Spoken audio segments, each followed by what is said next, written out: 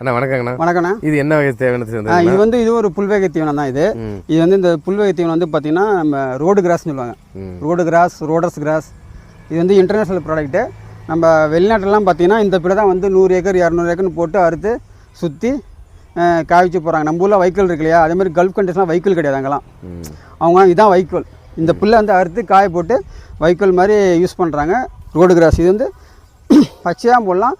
அதிகமாக வந்து அதர் கண்ட்ரிஸில் வந்து காய வச்சு தான் அதிகமாக போடுறாங்க. சூப்பராக காஞ்சிடும் உங்களுக்கு. நீங்கள் இதேமாதிரி இது வந்து ஒரு 5 ஏக்கர் 10 ஏக்கர்னு போட்டு நீங்கள் மாதம் இதே என்ன பண்ணுறீங்க, காஞ்சது பிரச்சனையே வராது. நீங்கள் மாதம் நீங்கள் அறுத்து காய போட்டு நீங்கள் ஆட்டு மாடு கொடுக்கலாம். வைக்கோல் பிரச்சனையே இருக்காது உங்களுக்கு. நம்ம பொறுப்புள்ள மாதிரி தான் இருக்கும். ஆனால் பூ பெருசாக இருக்கும். இது விதை கிடைக்கிறதில்ல, விதை மூலியமாக உற்பத்தி பண்ணிக்கலாம். நாங்கள் குச்சியாக தான் தரோம். நாங்கள் விதைங்களால் எடுக்க முடியல, விதை காற்றுல பறந்துடுது. விதை காற்றுல பறந்து விதை எடுக்க முடியல. பாருங்கள் அந்த பக்கம் பாருங்கள், விதை வந்துருக்கு பார்த்தீங்களா. நான் விதை ட்ரை பண்ணுறேன், விதை எங்களால் எடுக்க முடியல. என்ன பண்ணுறோம், நாங்கள் இந்த மாதிரி கட்டிங்ஸ் தான் ஜிஞ்சா புல் மாதிரியே பாருங்கள். இதான் இப்படி இருக்கும். இதான் விதை கரணை. இதை வந்து அப்படியே என்ன பண்ணுறீங்க, ஒரு 4 குச்சி 5 குச்சி அரை அடி கேப்பில் பாரு ஊனி இருக்கேன் பார்த்தீங்களா. இந்த மாதிரி அரை அடி கேப்பில் ஊனாவே கொத்து கொத்தாக வரும். இதுவும் புல் வகை சேர்ந்தது. புல் வகை சேர்ந்தது. ஆடுகள் ரொம்ப விரும்பி சாப்பிடும்.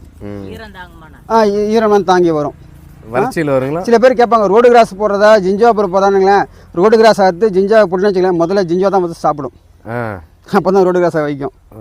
ஓகேங்களா. ரோடு கிராஸ் வந்து எதுக்கு ரொம்ப ஃபேமஸ்னால் காய்ச்சி போடுறது ரொம்ப ஃபேமஸ்.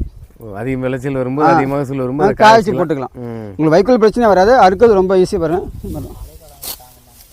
அவ்வளோதான்.